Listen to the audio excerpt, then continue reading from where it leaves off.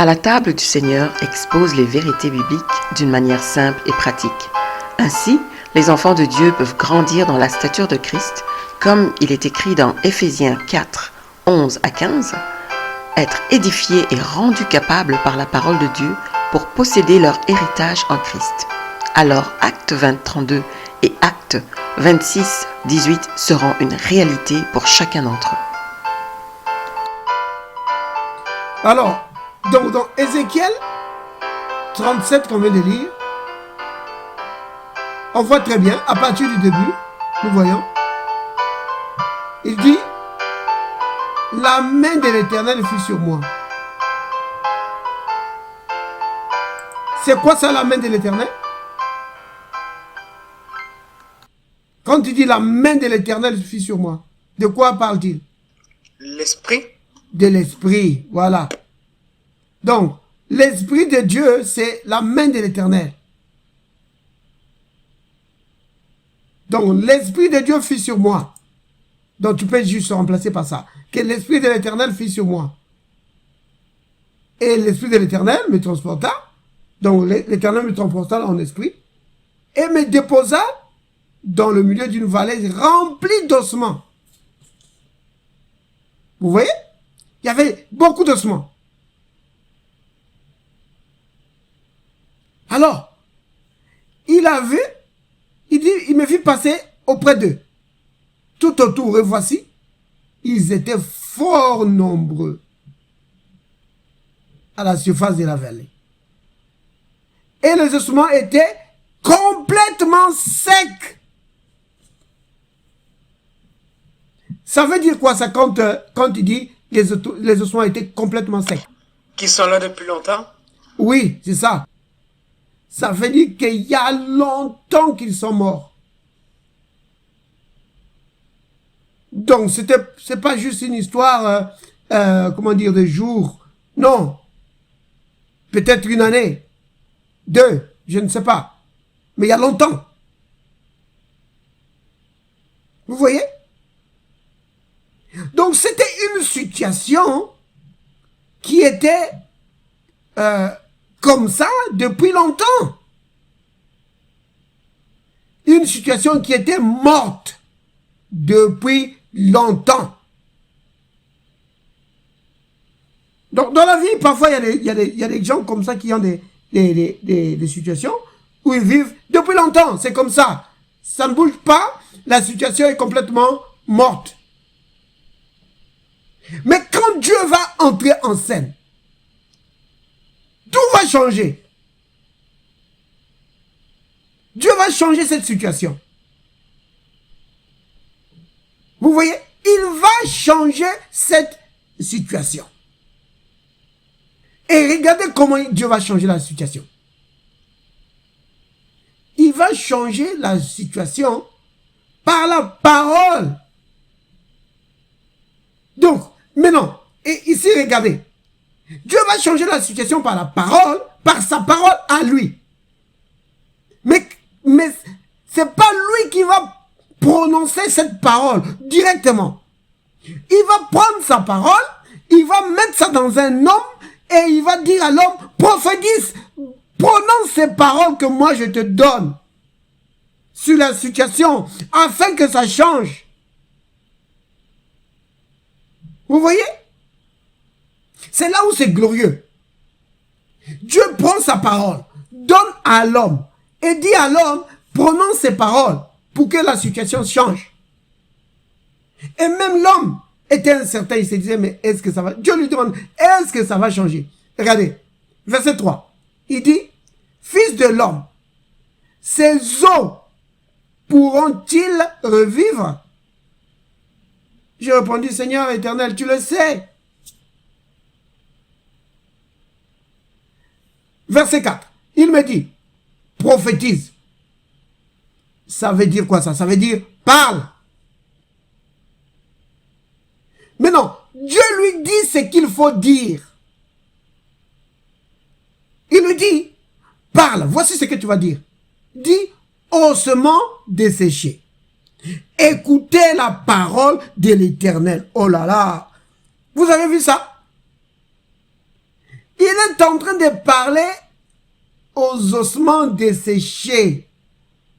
Donc, humainement parlant, des ossements desséchés, ça veut dire quoi? Ça veut dire qu'il n'y a plus de vie dedans, il n'y a rien, c'est mort.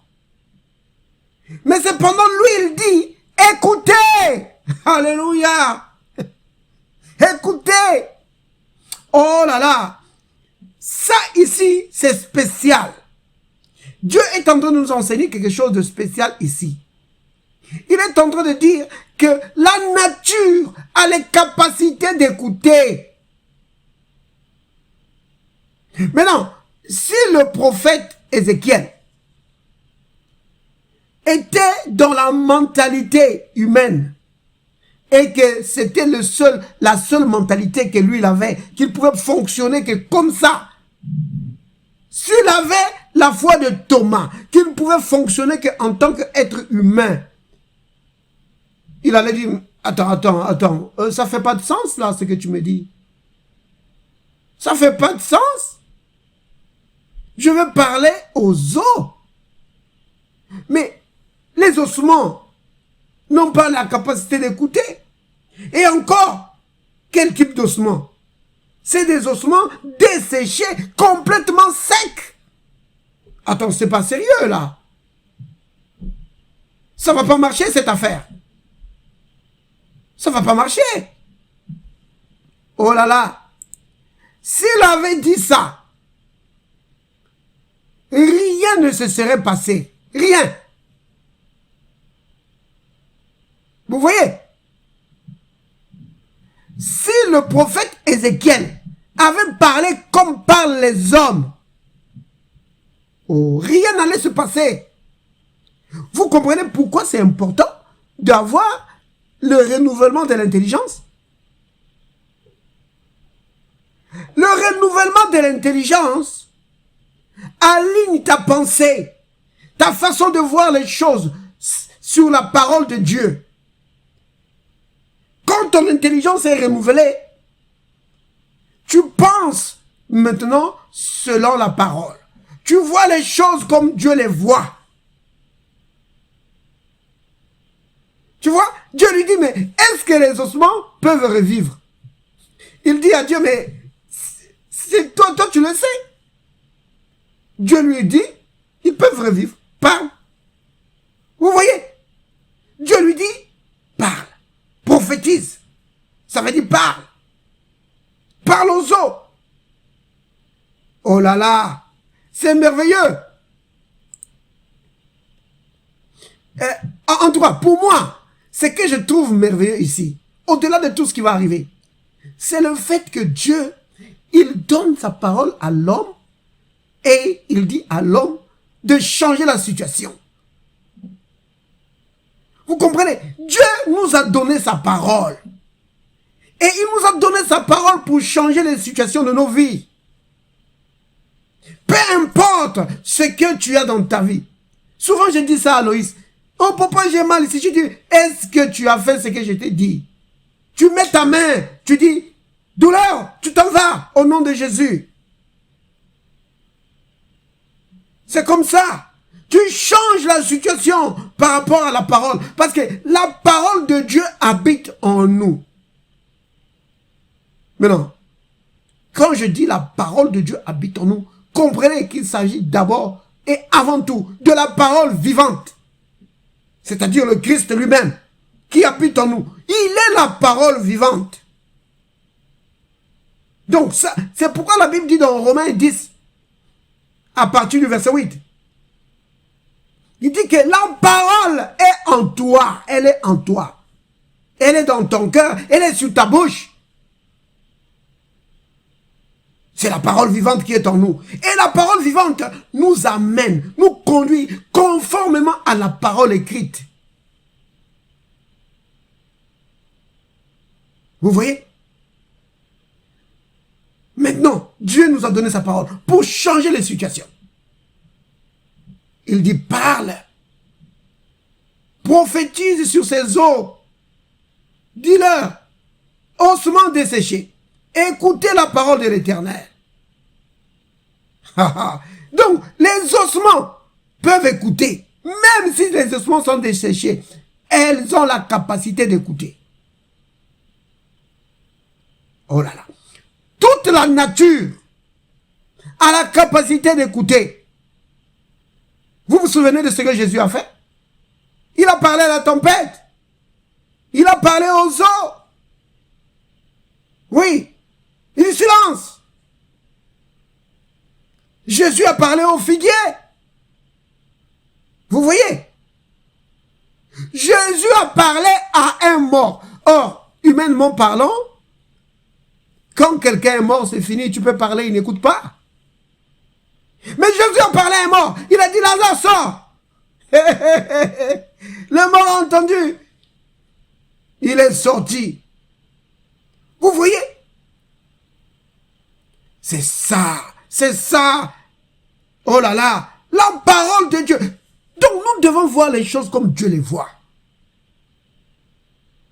Quand Dieu dit que c'est possible, alors c'est possible. Nous pouvons faire tout ce que Dieu dit que nous pouvons faire. Nous possédons tout ce que Dieu dit que nous le possédons. Même si humainement ils disent, oh, c'est pas vrai. Mais si Dieu l'a dit, alors c'est cela qui est la vérité. Oh, béni soit le nom du Seigneur. Regardez, dans le livre des Hébreux, Hébreux au chapitre 1, au verset 3, le Seigneur, il dit, donc, les Écritures disent que Dieu soutient toutes choses par sa parole puissante. Il soutient toutes choses par sa parole puissante. Vous comprenez ce que ça veut dire? Ça veut dire que c'est grâce à la parole de Dieu que tout tient en place. C'est parce que la parole de Dieu est immuable. C'est pourquoi tout tient. Si la parole de Dieu était comme la parole d'un homme, que un peu de temps après ça tombe, le monde allait s'écrouler. Pourquoi je dis ça? C'est parce que la Bible dit toujours dans Hébreux, au chapitre 11, il est dit que c'est par la foi que nous comprenons, que nous acceptons, que le monde que nous voyons a été créé par la parole de Dieu. Et l'apôtre Jean le dit aussi. Dans Jean 1, il dit que tout ce qui existe a été créé par la parole, de sorte qu'il n'y a rien qui existe qui n'ait été créé par la parole. C'est la parole qui a créé toutes choses. Donc ça veut dire que chaque chose a la marque de la parole. Oui. À la touche de la parole. L'ADN de la parole en elle. Chaque chose a ça. C'est pourquoi, quand tu prononces la parole du Seigneur, toute la création peut entendre. Oui. Jésus a même dit aux pharisiens, il leur a dit que si vous interdisez à ces gens de crier, de louer, les pierres vont me louer. Alléluia. Oh, oui. La création a la capacité d'entendre la parole de Dieu. C'est pourquoi il a dit, ossements desséchés, écoutez la parole de l'Éternel. Alléluia. Écoutez. Oh, c'est merveilleux. Donc nous pouvons parler à tout. Tu peux parler à ton corps. Ton corps va écouter. Si c'est le front qui fait mal, tu parles à ton front. Si c'est la jambe, tu parles à ta jambe. La jambe va écouter. Si c'est ta main ou ton bras, parle à ton bras.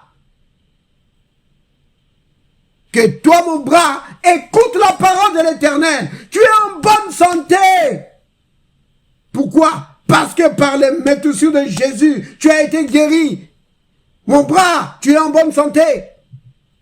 Au nom de Jésus. C'est comme ça qu'on change les situations. En parlant à notre corps. En parlant à la situation. Tu lui parles de la parole. Tu dis, écoute ce que la parole de l'Éternel dit. Alors il dit, verset 5. Ainsi parle le Seigneur, l'Éternel, à ses eaux. Voici, je vais faire entrer en vous un esprit et vous vivrez. Alléluia. Et je vous donnerai des nerfs. Je ferai croître sur vous de la chair. Je vous couvrirai de peau. Vous voyez, il est en train de parler, de proclamer tout le processus. Alléluia. Oui, donc tu peux parler à la situation. Tu dis, voici ce qui va arriver. Oui, tu vas retrouver complètement ta santé dans le nom de Jésus. Tu vas fonctionner correctement au nom de Jésus. Alléluia. Alors, verset 7. Je prophétisais selon l'ordre que j'avais reçu. Et comme je prophétisais, il y eut un bruit. Et voici, il se fit un mouvement. Et les eaux s'approchèrent les uns des autres. Alléluia. Vous comprenez? La parole est sortie. Et la nature a répondu à la parole. C'est merveilleux, c'est merveilleux. Nous pouvons changer les choses par la parole de Dieu qui sort de nos bouches. C'est vraiment important de comprendre ça. Que la nature, les objets inanimés, comme on les appelle, la nature a les capacités d'entendre, de comprendre. Alléluia. Béni soit le nom du Seigneur. Alléluia. Merci d'avoir partagé ces moments avec nous à la table du Seigneur. Pour continuer cette expérience, vous pouvez consulter notre page Facebook ainsi que notre chaîne YouTube à la table du Seigneur. Pour tout contact, vous pouvez nous écrire à l'adresse à la table du Seigneur@gmail.com ou nous appeler au numéro 438 410 8475. Soyez bénis.